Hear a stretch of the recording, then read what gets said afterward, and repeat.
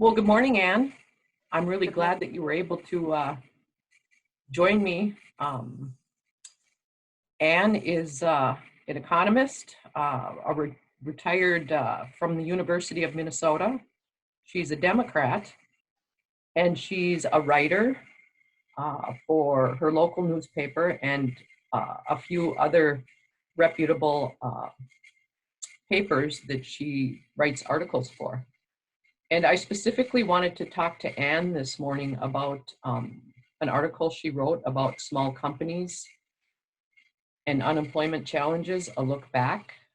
And they all have to do with, you had done some interviews with small businesses, and small businesses are important to me on my campaign.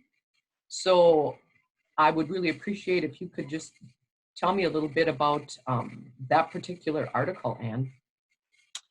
Great, I'll do that. This was inspired by just the ravages that this COVID disease is visiting on so many people. And just kind of by accident, I ran across a database that showed us what happened to firms during the Great Recession. And to my amazement, I found that the smallest firms were hurt the most. They lost the most jobs. Just in Carleton County, for instance, the number of firms decreased by 26%. And this is over the whole period from 2007, when the Great Recession started, to 2017. They never recovered. So there were only, 3/4 of them even survived. That I thought was really amazing and just made me, even more concerned. I had already started this series of articles on small companies. And so I could tell you, then the first set of them were 7 of them that had to do with food, all the way from organic farmers all the way to, the retail outlets and restaurants and cafes. And then the second one was a kind of mix, including our local hairdresser, a single woman operation, our local medical clinic that employs 4 people, and so on and so forth. And in each case, it was different because of what they were doing. But it was very serious. Obviously, for a hairdresser, you have to close your doors. You can't work that closely with people, which is what she does every day. So, and many restaurants had to close if they didn't have some capability of just selling food out a window. But even the ones that do that, their business is cut way, way back, because people like to go to a place and sit there and have their meal, or, have their coffee and read the paper, or whatever they're doing. So it's been pretty severe. What are your thoughts on how they will recover, if they do recover, of that population that you interviewed? Yeah, well, I would say not just the population I interviewed, but the numbers I looked at in the past. I would say that these numbers about the Great Recession made me quite depressed, because the Great Recession was not nearly as sudden and abrupt as this current COVID crisis. And so the numbers of people, I think they're like 20 or 30 million Americans unemployed. It's just the highest rate of unemployment, something like 14% we've seen since the Great Depression. And that's like almost 100 years ago.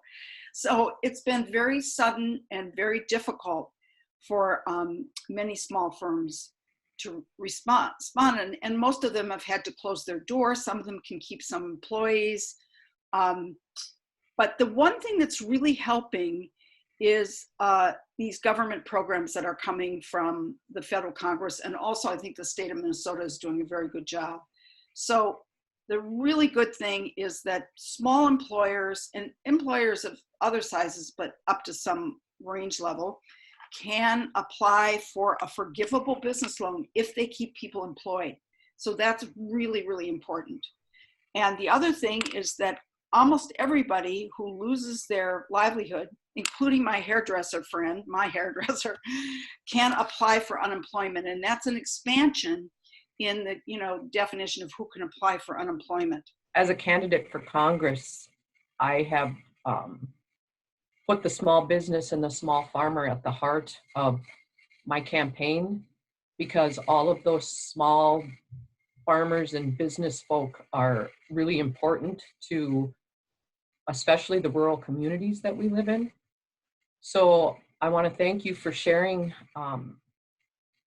the things that you've written, because what you write about is really important, especially to how I go about and make decisions for the constituents in my CD8 district. Yes, great, which includes me. Yeah, I wanted to say something else too, which is that a lot of people have had to leave work because their kids are out of school. So that's another, and I don't know how many of them are getting unemployment or not.